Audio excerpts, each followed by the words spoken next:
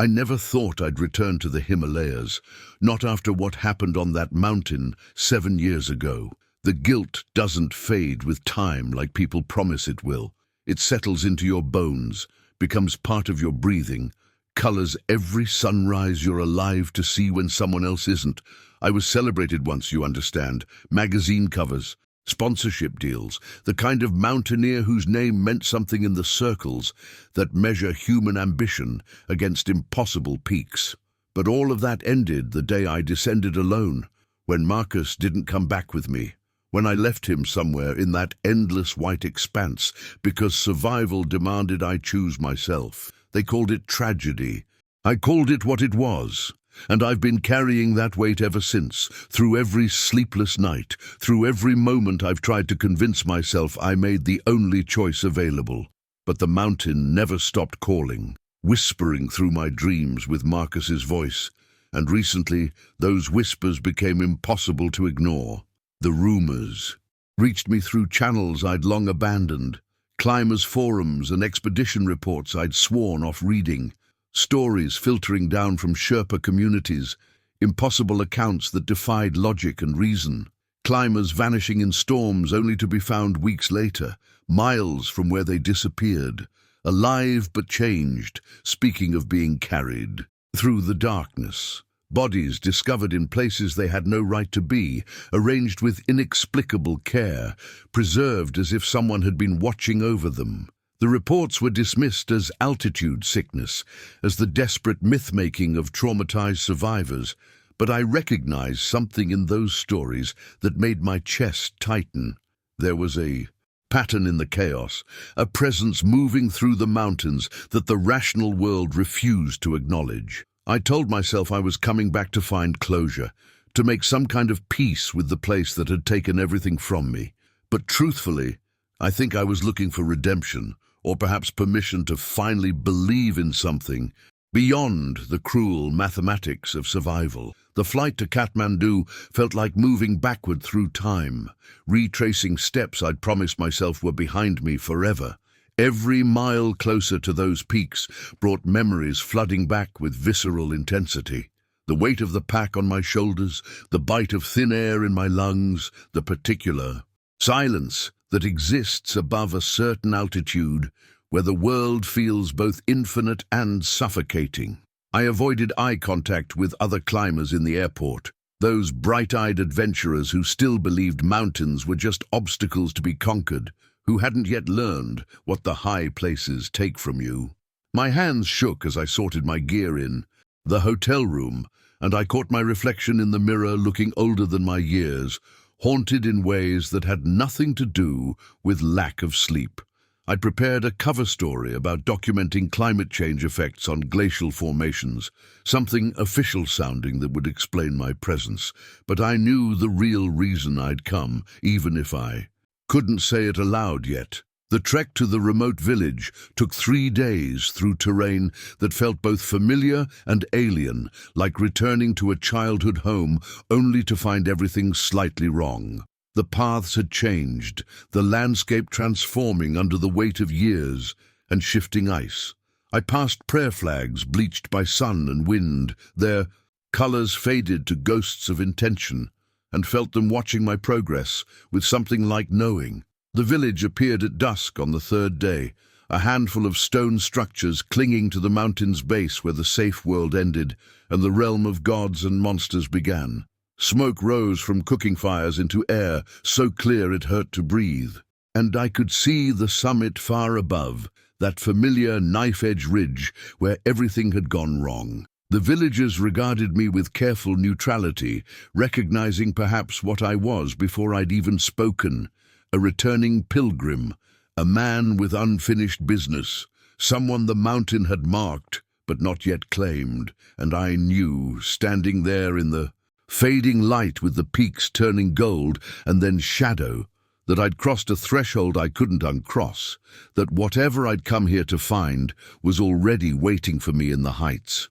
The village elder found me before I found her, as if my arrival had been expected all along. I was standing near the communal fire pit, trying to shake the cold. from my fingers when she approached through the gathering darkness with steps that made no sound on the frozen ground. She was ancient in a way that went beyond mere years, her face a topography of lines and weather, eyes holding depths that reminded me uncomfortably of the mountain itself. She spoke in heavily accented English, each word chosen with deliberate care, and asked if I was the one who had left a man behind, not accusatory, just stating fact. And I felt my stomach drop because she couldn't have known that, couldn't have recognized me after all this time. I managed a nod, my voice catching somewhere in my throat, and she gestured for me to follow her to a small stone dwelling at the village's edge. Inside, butter lamps flickered against walls darkened by decades of smoke, and she offered tea that tasted of salt and something herbal I couldn't identify, watching me with eyes that seemed to see straight through to the guilt I carried like a second skeleton. She didn't waste time with pleasantries or comfort, for which I was grateful. Instead, she spoke of the Guardian, her voice dropping to a register that made the shadows in the room seem to lean closer. The old stories, she said, weren't really stories at all, but memories passed down through generations, accounts of something that lived in the highest places where human beings had no business walking. The Guardian who collects the lost, she called it, using words that sounded like translation from something more profound, more accurate in her own language. It wasn't a monster, she insisted, not in the way outsiders always wanted to believe, reducing mystery to threat, understanding only through fear. It was something older than the villages, older than the mountains themselves, perhaps, a keeper of boundaries between the world of the living and the realm of ice and stone and wind. Climbers who died alone on the peaks didn't simply vanish into crevasses or get buried by avalanches, she explained. They were found, gathered, taken to places where their spirits could rest without wandering. Her hands moved as she spoke, tracing patterns in the air that might have been ritual or simply emphasis, and I felt something shifting in my understanding of what had happened to Marcus. Then she produced the journal, pulling it from a wooden chest with the care reserved for sacred objects. The leather cover was cracked and stained, the pages within brittle with age and altitude exposure, and she placed it in my hands with a weight that had nothing to do with physical mass. It had belonged to a British expedition from decades past, she said, climbers who had disappeared without trace in the year before she was born, their fate a mystery that had haunted the valley for generations. The journal had been found just 3 years ago, left at the edge of the village on a winter morning, placed carefully on a flat stone, as if delivered by deliberate hands. No tracks led to or from it, despite fresh snow that would have recorded any approach. The handwriting inside was increasingly erratic, the entries documenting a doomed summit attempt. Dwindling supplies, then something else entirely. Descriptions of being watched, of massive shapes moving through blizzards, of a presence that felt both terrifying and protective. The final entries spoke of surrender, of following something into the white darkness, of understanding finally that the mountain had its own kind of mercy. And there, on the last page, a drawing that made my breath catch because I recognized what I was seeing even as my rational mind rejected it. The old woman's warning came wrapped in the gentle firmness of someone who had watched too many foreigners ignore wisdom they didn't want to hear. If I insisted on going up there, she said, I should understand that a guardian showed itself only to those who were already lost, already standing at the edge between worlds. It didn't hunt or kill, she emphasized, but neither did it save everyone or intervene in fates that were already written. Some climbers it guided to safety, others it collected after they'd fallen, and the difference between those outcomes was something beyond human understanding, decided by laws older than language. She wouldn't try to stop me, because the mountain had clearly called me back for a reason. But I should know that men who encountered the Guardian returned changed, if they returned at all, carrying knowledge that couldn't be shared, burdened with truths the wider world wasn't ready to accept. As I left her dwelling with the journal clutched against my chest, she spoke one final phrase in her own language, then translated it with something like pity in her ancient eyes. "The mountain keeps what belongs to it," she said, "but sometimes it gives back what we need most, and those two things are rarely the same." I found the first cairn on the third day of ascent, where no cairn should have existed, according to any map I'd studied or route I'd memorized. It stood at a slight deviation from the standard approach, maybe 200 meters off the established trail, positioned on an exposed ridge where the wind came howling through with enough force to make standing upright an act of deliberate defiance. The stones were arranged with unmistakable intention, stacked in a configuration that felt both human and not, the rocks fitting together with a precision that suggested ritual rather than casual trail marking. Something about it pulled at my attention, made me stop despite the voice in my head insisting I should keep moving before the weather turned. I approached slowly, my crampons biting into wind-scoured ice, and saw that prayer flags had once adorned it, but had long since been shredded to ghostly threads by altitude and storms.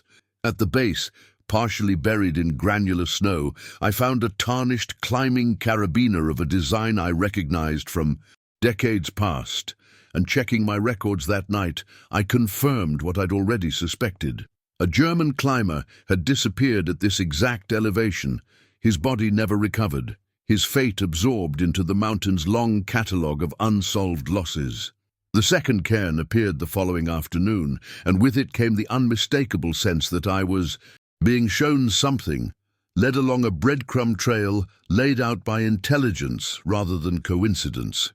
This one stood even further from established routes, positioned on an outcrop that required technical climbing to reach, and I found myself deviating from my planned ascent without quite deciding to do so, drawn by curiosity that felt increasingly like compulsion. The construction was identical to the first, that same precise stacking, that same sense of something other than human hands at work, despite the obviously human-scale stones. Around its base, half frozen into ancient ice, I discovered remnants that made my skin prickle beneath my layers. A single weathered boot, the leather so degraded it crumbled at my touch. Fragments of rope that dated to an era when climbing technology was still primitive and deadly. A pair of snow goggles with shattered lenses staring up at me like blinded eyes. I photographed everything with shaking hands, then spent an hour cross-referencing my expedition database, and the correlation was undeniable. An American team had lost 2 members in this vicinity, their fall attributed to avalanche, bodies presumed buried under tons of displaced snow. But if that were true, how had their equipment ended up here, arranged with what felt like deliberate memorial purpose?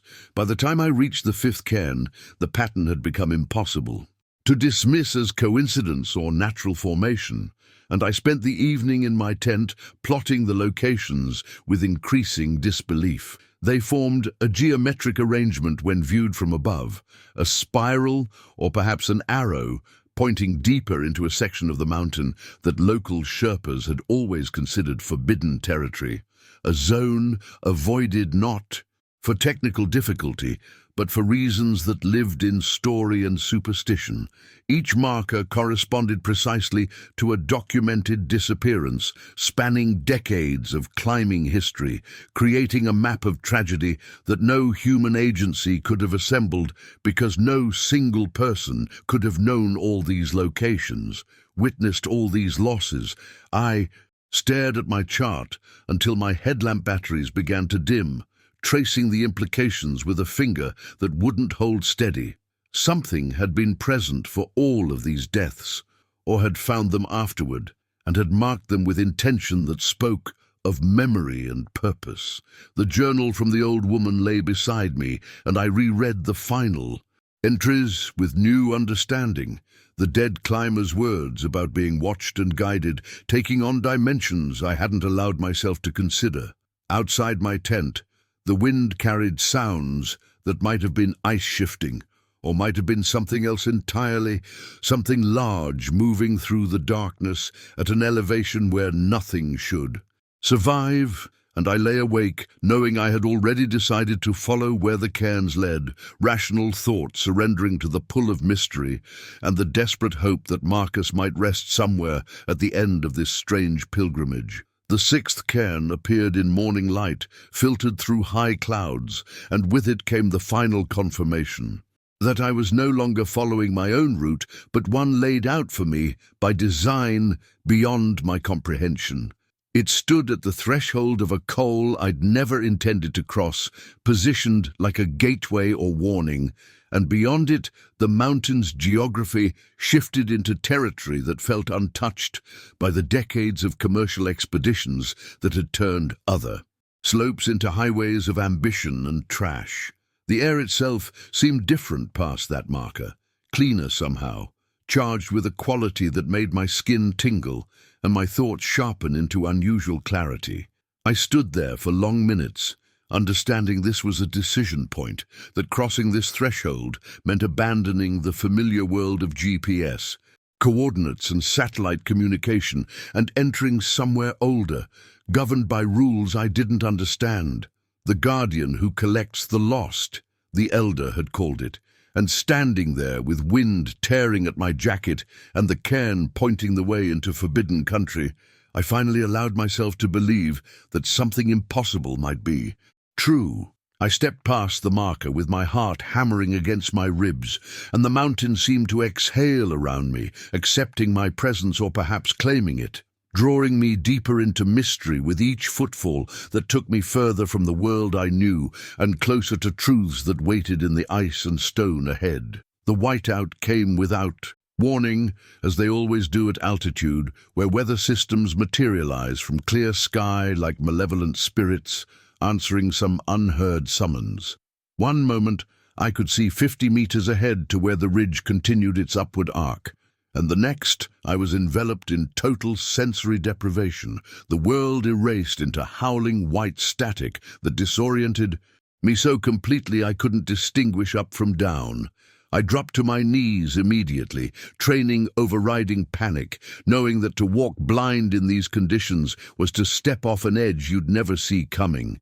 The cold cut through my layers with renewed ferocity, and I crawled forward with one hand extended until my glove struck stone, a rock, face that my desperate fingers traced upward until they found an opening, a cave mouth that exhaled stale air like ancient breath. I hauled myself inside as the storm intensified behind me, collapsing onto uneven ground with my lungs screaming and ice already forming in my beard, and lay there gasping in darkness while the wind outside rose to a shriek that sounded almost like language, almost like warning. When I finally managed to activate my headlamp, the beam revealed a space that stopped my breath more effectively than the altitude ever could, a chamber that extended back into the mountain's heart and was filled with the unmistakable evidence of human presence spanning generations. Supply caches were stacked against one wall, their contents ranging from modern freeze-dried packets to vintage tins marked with faded Cyrillic text and expedition labels from the 1950s. Climbing gear lay arranged with careful organization, ice axes and crampons and coils of rope representing every era of mountaineering history, some so ancient they belonged in museums rather than functional storage. My hands trembled as I moved deeper into the cave, documenting everything with my camera, while my mind struggled to construct explanations that kept collapsing under the weight of impossibility. No rescue team had gathered these items. No salvage operation could have found equipment from disasters separated by decades and brought them to this hidden sanctuary. Someone or something had been collecting these remnants, preserving them with purpose that spoke of memory and ritual, and the implications made my skin crawl beneath my thermal layers, even as wonder competed with fear. The carvings covered the back wall of the cave, etched into stone with tools I couldn't identify, depicting scenes that told a story I was only beginning to comprehend. Crude human figures were shown ascending toward a peaked summit, and among them moved a larger shape, towering and broad-shouldered, rendered with detail that suggested intimate knowledge rather than imagination. The being walked upright but wasn't human, its form powerful and ancient, and in image after image it was shown guiding the human shapes, leading them not away from danger, but toward something the artist had represented as a gathering place, a destination where the small figures lay in peaceful arrangement. I traced the carvings with bare fingers gone numb. From cold and awe, understanding flooding through me with the force of revelation. This wasn't a predator depicted here, wasn't a monster hunting victims through the snow. This was a guardian performing sacred duty, collecting those whom the mountain claimed, ensuring they didn't die alone in the indifferent ice. The realization brought tears that froze on my cheeks, because somewhere in this impossible narrative was Marcus, and the thought that his end might have held dignity rather than terror cracked something open in my chest that had been frozen solid for years. I spent the storm's duration in that cave, surrounded by ghosts and evidence, and at some point exhaustion pulled me under, into feverish sleep, where dreams and visions blurred into something that felt like memory, transferred from the stone itself. I saw the Guardian moving through centuries of snowfall, patient and eternal, drawn to the dying by senses beyond human understanding, arriving to sit vigil over climbers who breathed their last in the death zone's cruel embrace. I saw it carry bodies that should have been impossible to move, bearing them through terrain that would kill any human, transporting them to a place of honor while storms raged and the indifferent stars wheeled overhead. I saw reverence in its massive hands as it arranged the dead with ritual care, and understood that what men called monster was in truth the mountain's conscience, the compassionate response to humanity's arrogant assault on sacred heights. When I woke to silence and my headlamp's dying glow, I found myself weeping for reasons I couldn't articulate, mourning and grateful all at once, knowing I was no longer tracking a mystery, but following a pilgrimage path, toward truths that would either destroy me or grant the peace I'd spent years seeking in all the wrong places. The storm had passed by dawn, leaving the world outside the cave transformed into a crystalline nightmare of wind-sculpted snow that reflected the weak sunlight in blinding fractals. I emerged into cold so absolute it felt like a physical force trying to push me back into the darkness, and began the careful process of establishing camp on a small shelf that offered minimal protection from the elements. My movements were automatic, muscle memory from expeditions that felt like they'd happened to someone else, and it wasn't until I'd secured the tent and crawled inside to light my stove that I noticed the tracks. They circled my position in a wide perimeter, each footprint massive and impossible, pressed deep into snow that had fallen during the night hours when I'd lain unconscious in the cave. The stride length suggested something nearly 8 feet tall, moving with purpose and deliberation, and the pattern was unmistakable in its intention, concentric rings that spoke of surveillance rather than random wandering. I stared at those prints until my eyes watered from strain and altitude, fear warring with desperate hope, because whatever had made them had stood close enough to hear me breathing through the tent fabric, close enough to kill me 100 times over, and had instead simply watched through the darkness before departing with the dawn. The fever took me that afternoon, with the sudden brutality of high-altitude sickness, accelerated by exhaustion and dehydration I'd been too focused to properly address. I remember the tent spinning around me, my vision fragmenting into geometric patterns, while my skull felt compressed in a vice of pressure that turned thought into agony.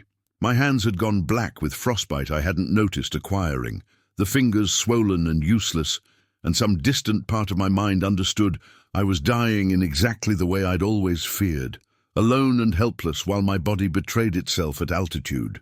I must have lost consciousness because time became unstable, hours compressing into moments or expanding into eternities, And through the delirium, I heard sounds outside the tent that my rational mind insisted were hallucinations born from oxygen deprivation and fever dreams. Footsteps crunching in snow, heavy and deliberate. The tent fabric pressed inward as something massive moved around the perimeter, a presence vast and ancient settling itself nearby, and though terror should have overwhelmed me, I felt instead a strange calm descend, as though my subconscious recognized what my conscious mind refused to accept. When I finally surfaced toward clarity in the pre-dawn darkness, my fever had broken impossibly. The crushing pressure in my skull reduced to manageable pain, and my hands were wrapped in broad leaves I'd never seen before, still moist with some pungent salve that numbed the screaming nerve endings and smelled of minerals and mountain plants that shouldn't exist at this altitude. I unwrapped the leaves with shaking fingers as full light returned, documenting everything with photographs my colleagues would later dismiss as elaborate fabrications. The frostbite hadn't vanished, but its progression had been arrested, the tissue damage somehow stabilized by whatever medicinal properties the leaves possessed, and the immediate threat of losing my fingers to gangrene had receded into mere possibility rather than certainty. No human had done this. No rescue team had materialized in the night to administer treatment before vanishing without word or trace. The leaves themselves were impossibly fresh, gathered recently from some hidden valley where conditions permitted growth, applied with knowledge that spoke of intelligence and intention. I crawled from the tent into morning light that seemed too bright, too clarifying, stripping away the last comfortable lies I'd been telling myself about coincidence and natural explanation. The tracks remained visible in the snow, and now I could see where the maker had approached my tent, knelt beside the entrance, reached inside with arms long enough to span the interior space. It had crouched there for hours, based on the compressed snow, maintaining vigil while I thrashed in fever, and had left only when satisfied I would survive to see another dawn, departing toward higher elevations where the tracks faded into rock face no human could possibly climb. The decision made itself without conscious thought, sanity and reason burning away in the thin air like morning mist before overwhelming need.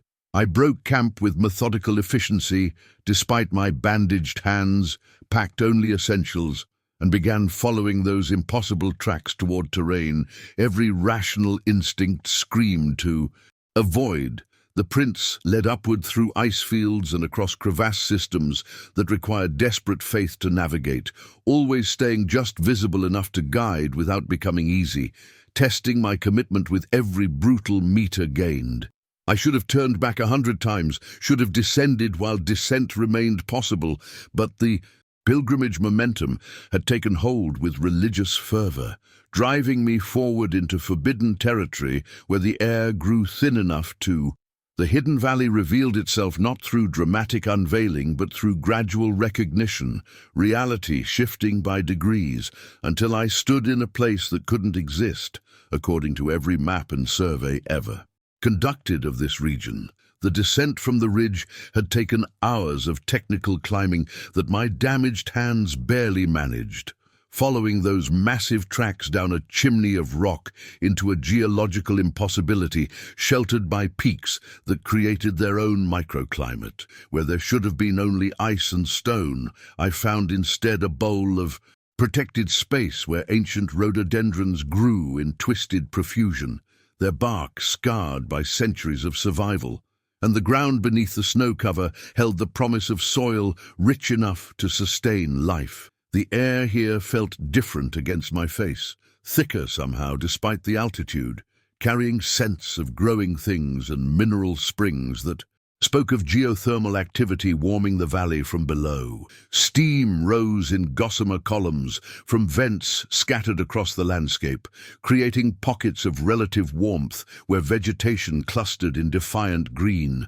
and the silence was so profound it seemed to have physical weight, pressing against my eardrums until I heard the phantom rush of my own blood moving through vessels. I stood at the valley's entrance, understanding I'd crossed a threshold invisible but absolute, stepping outside the mapped world into territory that existed in the gaps between human knowledge, and the fear that should have consumed me felt distant, replaced by awe that bordered on religious experience. The voices came with the wind change, as afternoon light slanted golden through the peaks, so faint at first I dismissed them as auditory hallucinations born from altitude and exhaustion and the profound isolation of this place.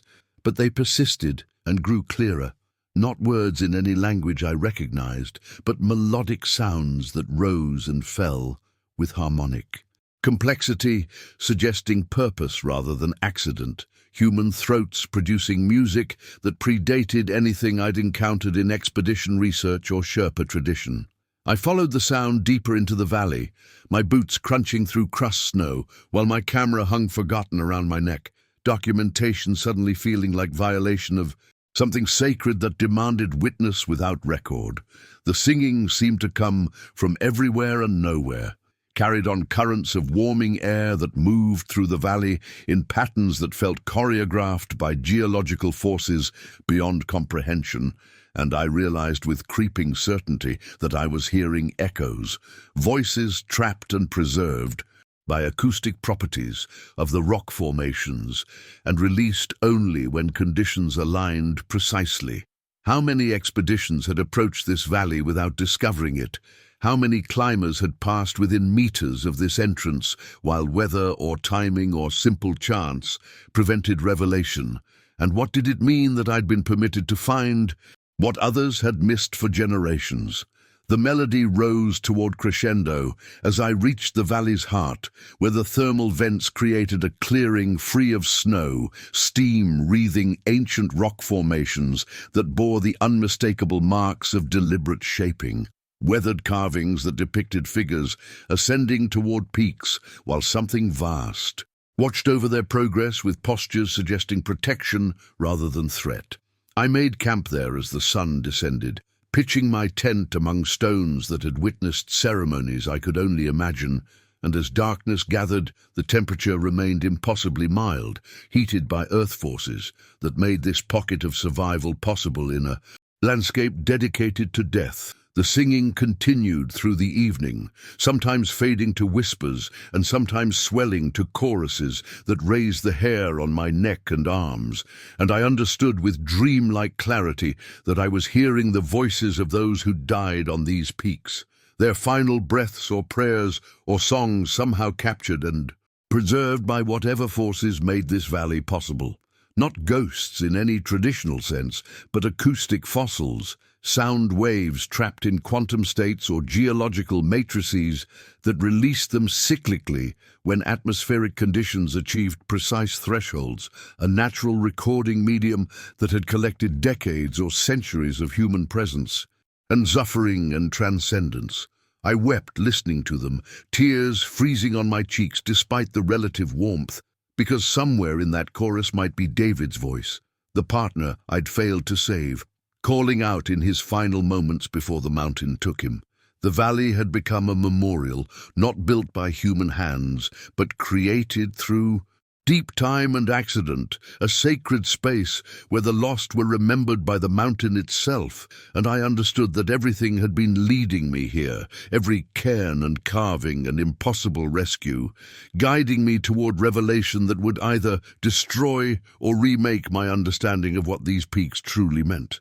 The Yeti emerged from the steam at dawn, not with the dramatic violence I'd unconsciously expected, but with a silence that defied its massive frame, materializing from vapor like thought becoming flesh, and my body froze in primal recognition, while my rational mind struggled to process the impossibility standing 30 meters distant. It stood nearly 3 meters tall, with shoulders broad enough to suggest tremendous strength, covered in fur that ranged from silver white at the extremities to darker grey along the spine and chest, each hair seeming to catch and refract the early light in ways that made its outline shimmer and blur at the edges. The face was simultaneously human and utterly alien, heavy-browed with deep set eyes that reflected the dawn with an amber luminescence suggesting intelligence that predated human civilization. And as those eyes fixed on me, I felt the weight of assessment that went beyond threat evaluation into something approaching recognition or judgment. It moved with liquid grace despite its size, each footfall deliberate and nearly soundless even in the crusted snow, and I understood viscerally why no clear footage had ever been captured, because the creature seemed to exist slightly outside normal visual perception, my eyes struggling to focus fully, as though it occupied space differently than ordinary matter. My camera remained in the tent, and I felt grateful for that absence, because this wasn't meant to be documented but experienced. This encounter balanced on a knife edge between revelation and violation, and I sensed that any aggressive movement or attempt to claim evidence would shatter whatever fragile permission had allowed me into this sacred valley. The Yeti moved laterally across the clearing without approaching directly, its path taking it past the carved stones in what I slowly recognized as a deliberate pattern, a circumambulation that suggested ritual or respect for the space itself. It carried something in its massive hands with surprising delicacy, objects I couldn't identify at distance, but which it placed carefully among the carvings, before continuing its measured circuit, and I realized it was tending this place, maintaining a memorial with the careful attention of a gardener or priest. The wind shifted and brought its scent to me. Not the animal musk I'd anticipated, but something cleaner, like stone and snow, and the particular smell of high altitude, where oxygen thins and the atmosphere takes on crystalline quality. When it finally turned to face me fully, stopping its circuit at the clearing's far edge, I saw something in its posture that contradicted every monster story I'd heard, every sensationalized account that painted the Yeti as savage guardian, attacking intruders without mercy. This was sorrow, I recognized, in the slope of those tremendous shoulders and the way its head tilted, with what I could only interpret as profound weariness, an ancient exhaustion born from duties that had no end, and losses that accumulated across timescales I couldn't comprehend. It raised one massive arm and gestured toward the valley's far end, where the terrain rose toward. Formations I hadn't yet explored, the movement unmistakably an invitation or command, and every survival instinct screamed at me to flee, while something deeper recognized this as the moment I'd been climbing toward since David's death. The confrontation with meaning I'd been unable to find in any explanation or investigation. I stood on legs that trembled with more than cold and began walking toward it, each step requiring conscious will to overcome the genetic programming that identified this being as predator and my body as prey. But its eyes held no hunger or aggression, only that terrible patient sorrow. As the distance between us closed, I could see details that would haunt me forever. The silver scarring across its chest and arms that suggested a lifetime of mountain violence endured. The frost permanently caught in the longer fur around its face, creating the impression of premature aging. And the hands, those incredible hands with fingers that could crush bone, but held objects with the precision of a surgeon or artist. At 10 meters distance it turned and began walking deeper into the valley, moving with purpose toward whatever it wanted me to witness, and I followed, because there was no other choice, because I'd come too far and sacrificed too much to turn back from revelation, even if that revelation destroyed me. The singing voices rose again in the morning air, swelling in volume as we walked, and I understood they were marking this procession, bearing witness to the moment when the boundary between human and sacred dissolved, when the guardian of the mountain finally allowed one of the lost to truly see. My hands clutched uselessly at my sides as frostbite damage sent phantom pains through the damaged tissue, and each breath burned in my chest from exertion and altitude, and the crushing awareness that I was following a legend into territory where human categories of real and unreal lost all meaning, where only the mountain's truth remained absolute. The Yeti led me through narrow passages between rock formations that created natural corridors, sometimes moving on all fours when the terrain demanded different balance, always checking with those luminous eyes to ensure I followed, and I recognized the gesture as something approaching care or responsibility, a guide ensuring its charge survived the journey. We climbed through bands of vegetation that shouldn't exist at this altitude, past thermal vents that created microclimates warm enough that I had to remove my outer layer despite the elevation. And always the voices followed, or perhaps led, surrounding us in harmonies that made my chest ache with emotions I couldn't name.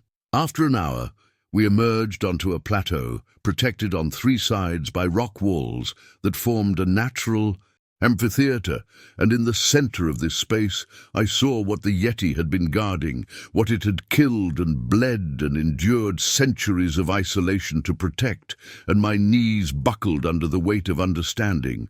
Bodies lay arranged in careful rows, dozens of them preserved by the cold and dry air, and something else I couldn't identify. Climbers from different eras, identifiable by their gear, each one positioned with dignity and honor, hands folded across chests or arranged in positions suggesting peace rather than the violent chaos of mountain death. The Yeti had collected them, I understood with stunning clarity, gathered every climber who died alone in these peaks and brought them here to rest together, creating a memorial where none would lie abandoned to scavengers and weather, and the depth of compassion that gesture represented from a being we'd classified as monster or myth made something break open in my chest, grief and awe and shame flooding through me in waves that left me gasping. The Yeti moved among the bodies with practiced reverence, adjusting a climbing harness that had shifted on remains 40 years old, brushing snow from the peaceful face of a woman whose expedition jacket bore patches from a 1987 attempt on the summit, and I watched through tears that froze on my cheeks as this creature performed caretaking duties with more humanity than most humans could manage.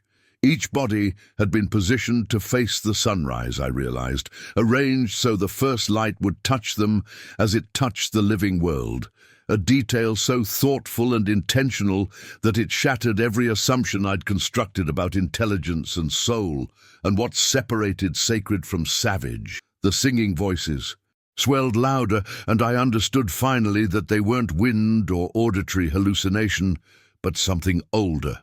The mountain itself bearing witness to this guardianship, honoring the being who'd taken responsibility for collecting dignity from tragedy.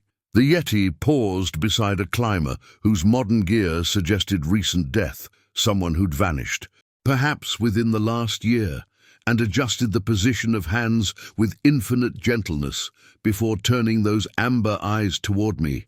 Waiting for comprehension I could barely process through my overwhelmed mind. This wasn't a graveyard of victims, but a sanctuary of remembrance, each lost climber given the burial rites their families could never perform, watched over by a guardian who asked nothing but offered everything, and the weight of that devotion across decades or centuries made my own grief for David seem suddenly small and self-indulgent. I'd spent years drowning in guilt while this solitary being had transformed mountain cruelty into something approaching grace, had refused to let death be the final indignity, had chosen compassion over the easier path of indifference. The Yeti gestured toward the plateau's far side, where the newer bodies rested, and my heart seized with terrible certainty about what I would find there.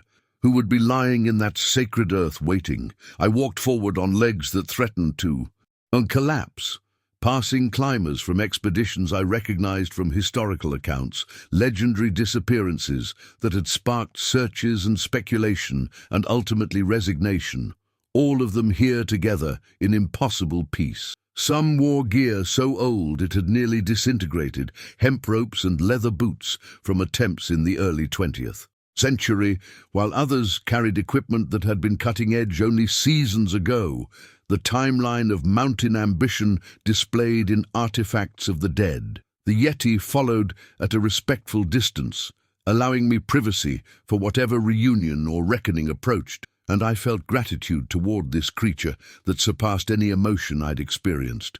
Toward my own species. Then I saw him, and the world collapsed into that single point of recognition. David's body preserved almost perfectly by altitude, and the Yeti's mysterious care, positioned with his ice axes crossed over his chest like a warrior's burial, his face peaceful in ways I'd never managed to achieve in life. I fell to my knees. Beside him, hands hovering uselessly over his form because touching seemed like violation, and the sounds that tore from my throat were animal and raw, grief finally finding expression after years of being trapped behind survivor's guilt and unanswered questions. He looked like he was sleeping, like he might wake if I called loudly enough, but the stillness was absolute and final, and I understood that the Yeti had found him wherever he'd fallen and brought him here with honor, had given him dignity that the mountain's savage nature would have denied. Through my tears, I saw that David wasn't alone in his row, that he rested beside two other climbers whose faces seemed vaguely familiar, and I realized with shock that these were the members of the expedition that had vanished 2 seasons before my own attempt, the disappearance that had sparked the warnings we'd ignored. The Yeti had collected them all, had witnessed the mountain's taking, and responded with ritual and care, and I understood that every missing climber attributed to falls or avalanches or simple misfortune had likely ended here, gathered by the Guardian who refused to abandon them to anonymous death. This was why the Sherpa spoke in whispers about the mountain's mercy, why the stories spoke of protection rather than predation, because somewhere in the collective memory remained knowledge of this truth, this being who transformed tragedy into something bearable. The artifacts arranged beside David showed the Yeti's attention to detail, his favorite carabiner positioned within reach, his journal sealed in what looked like tree resin to protect it from moisture, even the photograph of his daughter that he'd carried in his chest pocket, carefully preserved and placed where he could eternally see it.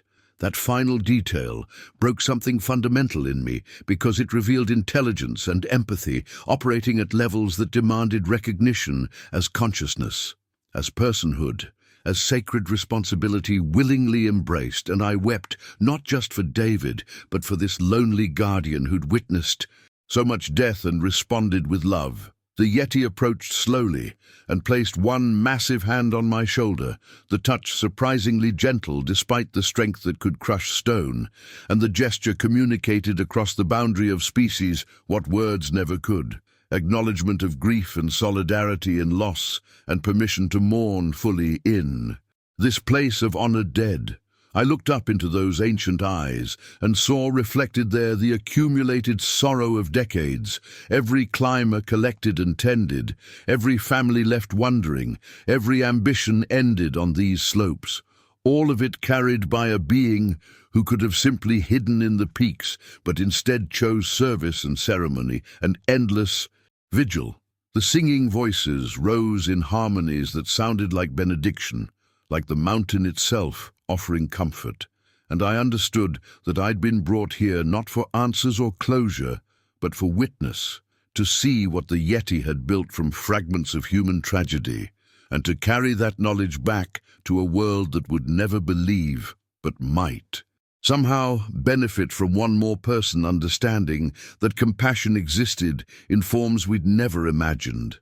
The hand on my shoulder squeezed once with measured pressure before releasing, and the Yeti moved away to tend another body, continuing its eternal work while I knelt beside my oldest friend and finally, after years of frozen grief, began the process of letting go, of accepting that some questions have no answers, but that meaning can be found in unexpected guardianship, in the dignity offered to the lost by a legend that proved more human than most humans ever managed to be. I don't know how long I knelt there beside David's body, time losing meaning in that sacred valley where past and present existed simultaneously in the preserved faces of the lost. The cold should have driven me to hypothermia, but the air felt strangely temperate, as though the space itself existed outside normal physical laws, protected by forces I couldn't name, but could finally accept. The Yeti continued its careful rounds, and watching its ritualistic attention to each climber, I began to perceive patterns in the arrangement that spoke of profound understanding. Families positioned together when they died together. Solo climbers placed in a circle suggesting community even in death. Everyone oriented toward the sunrise as if the guardian believed in resurrection, or at least honored the human. Need for symbolic hope. My mind, oxygen-starved and grief-hollowed, started receiving impressions that felt like communication, not words, but emotional concepts that bypassed language entirely. And I understood that the Yeti was sharing its history, its purpose, the reason behind this impossible devotion. Images flickered through my consciousness of an ancient people who'd revered the mountain as alive, who'd left the Yeti as guardian when they vanished into history, a role it had maintained across centuries of isolation, watching humans arrive with their ambitions and hubris and collecting them when the mountain demanded its price. The weight of such solitary duty made my own years of guilt seem momentary by comparison, and I felt humbled and small before this being's commitment to a covenant older than my civilization. Through the vision impressions, I sensed the Yeti's growing concern as modern climbers arrived in increasing numbers, treating the mountain as conquest rather than sacred space, leaving their trash and their dead with equal indifference. It had watched the transformation of pilgrimage into tourism, had collected exponentially more bodies as the decades progressed, had performed its careful burial rites, even as the disrespect multiplied around it. The loneliness in those transmitted emotions was crushing, the sense of being the last keeper of something precious that the world had forgotten how to value.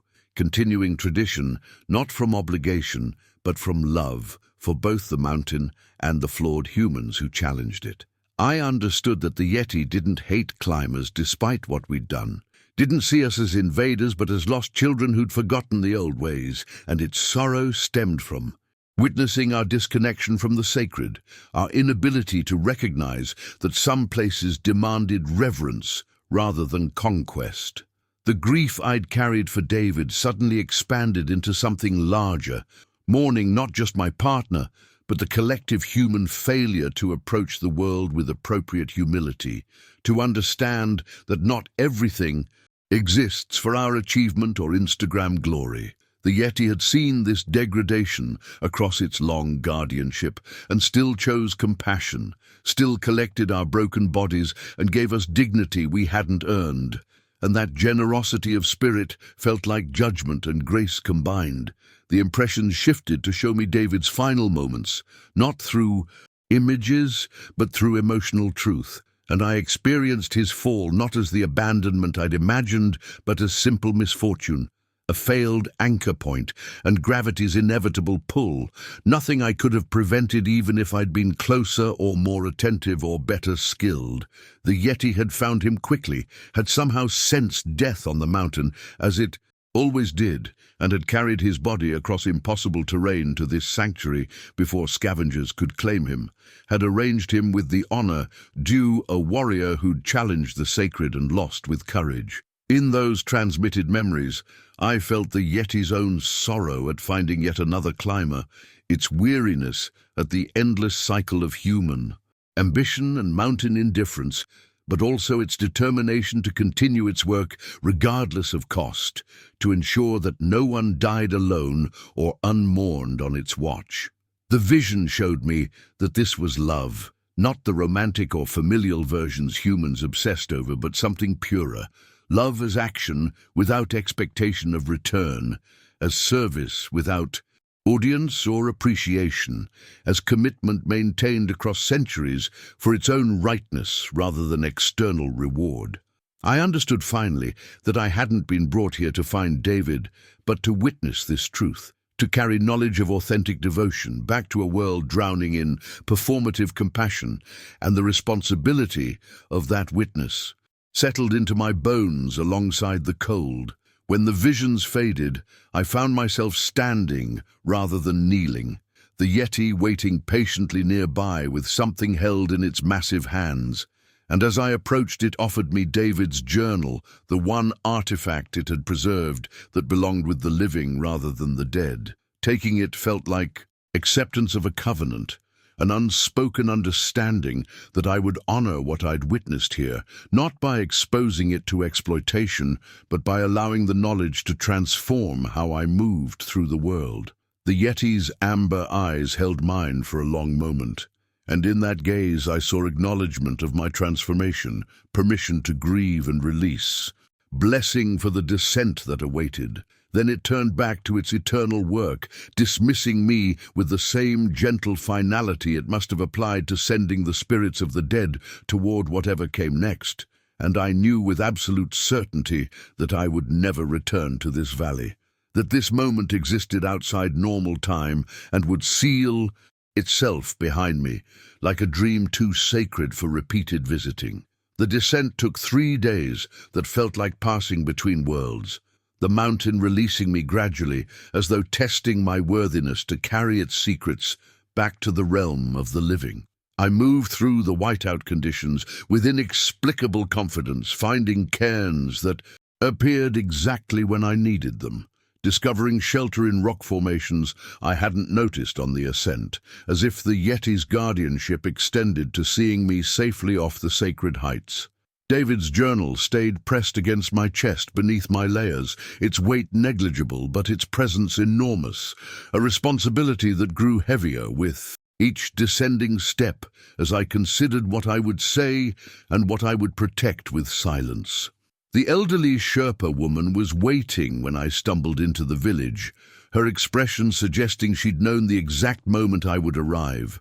And when our eyes met, she simply nodded with the understanding of someone who'd sent many up the mountain and recognized the specific transformation in those rare few who returned carrying knowledge rather than conquest. She fed me in silence, her family moving around us with respectful distance, and only when I'd finished eating did she speak the words that confirmed everything. You found the Keeper's sanctuary, and now you carry the burden of witness.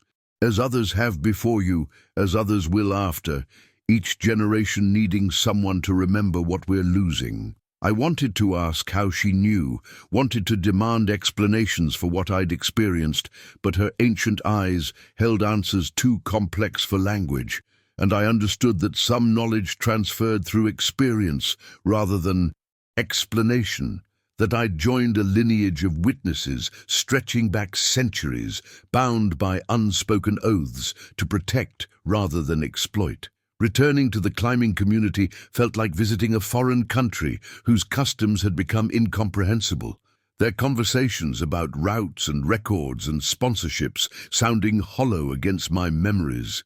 Of the Yeti's sorrowful devotion, I'd expected to struggle with whether to share my experience, but the decision made itself through simple observation of who would receive such testimony, how quickly the sacred would be transformed into spectacle, camera crews and scientists and thrill seekers violating the sanctuary I'd been privileged to witness.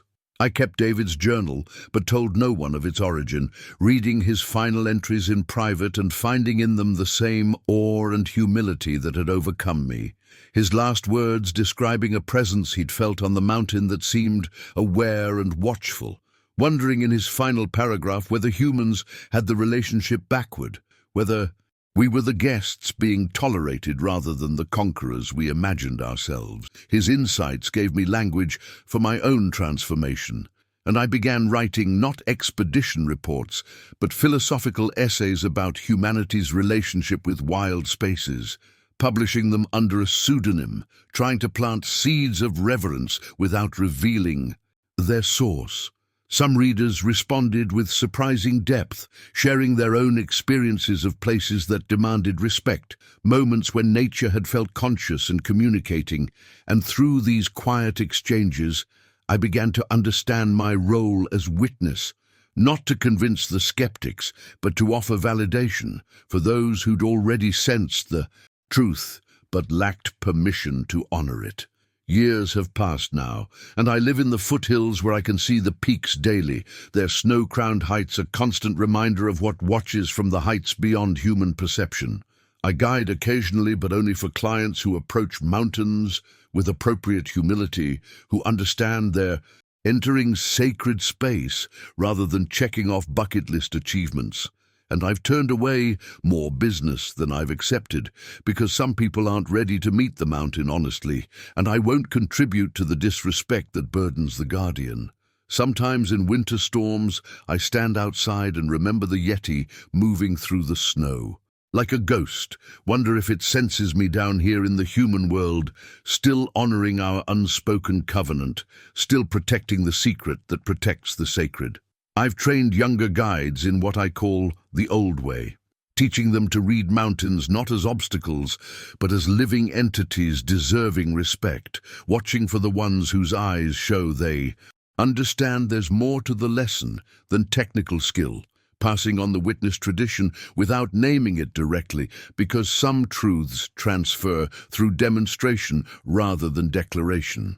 The climbing world has largely forgotten me, the disgraced mountaineer who lost his partner and never quite recovered, and I prefer the anonymity because my real work happens in these quiet moments of transmission, planting seeds of reverence that might eventually shift how humans approach the places we've been destroying, with our ambitions and our trash and our belief that everything exists for our conquest. On clear nights, I sometimes see movement on the highest peaks, shadows that travel against the wind's direction, and I choose to believe the Guardian continues its eternal work, collecting the lost with dignity, maintaining its covenant across the years despite humanity's continued failure to deserve such devotion.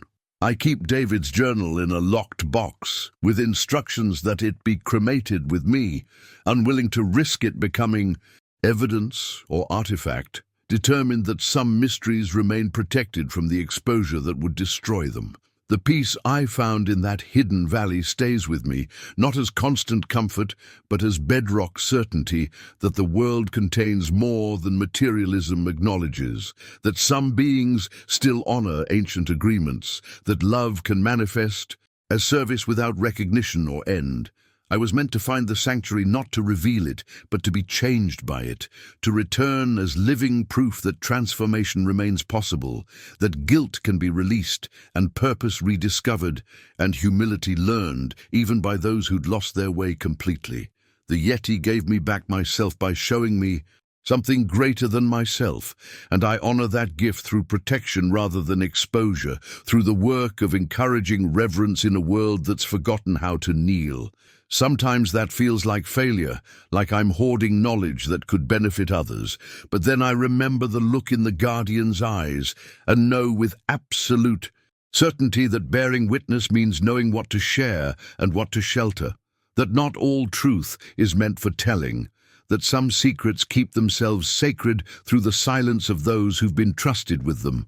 What secrets have the mountains been keeping from us all along? Subscribe to hear more stories that blur the line between legend and truth.